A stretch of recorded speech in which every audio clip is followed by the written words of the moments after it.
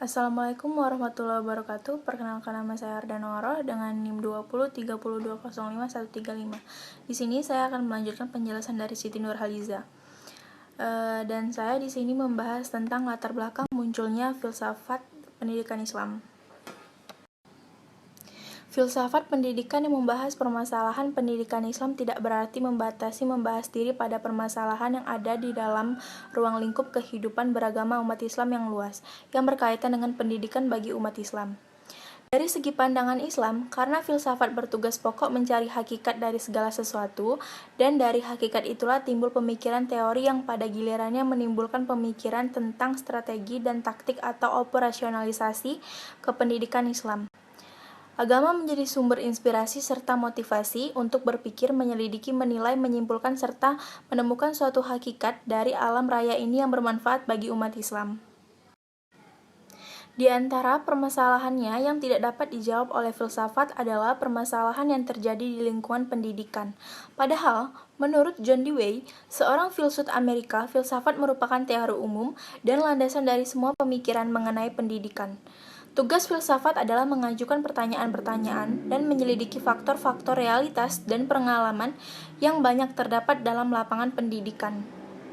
Salah satu masalah atau persoalan yang terjadi dalam era pendidikan ialah analisis terhadap sebagai metode pendekatan dan produk-produk pemikiran sejak era klasik hingga abad modern. Konsep-konsep normatif Islam yang terdapat dalam problem internal yang dihadapi oleh pendidikan Islam meliputi lemahnya visi atau tidak jelasnya arah pendidikan yang dilaksanakan, penekanan yang tidak seimbang antara pembentukan kepribadian yang utama dalam diri seorang muslim dengan peranan sosialnya di tengah umat. Yang kedua, ada kesolehan individual dan ketertinggalan teknologi.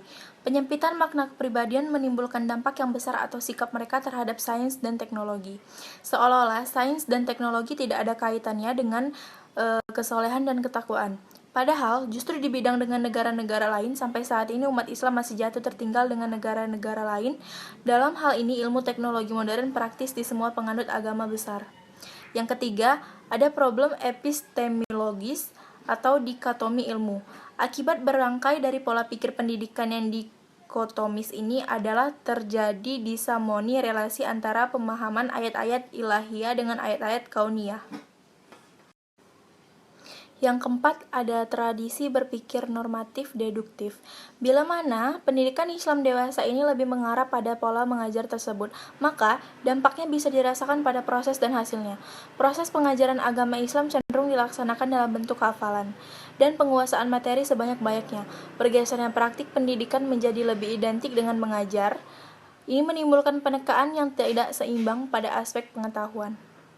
Namun, justru dengan melakukan kajian secara historis, sosiologis terhadap berbagai pemikiran Islam dengan sumber Al-Quran dan Sunnah Nabi. Mungkin itu saja yang dapat saya sampaikan. Selanjutnya, penjelasan akan dilanjutkan oleh Andari Nur Fatimah. Terima kasih.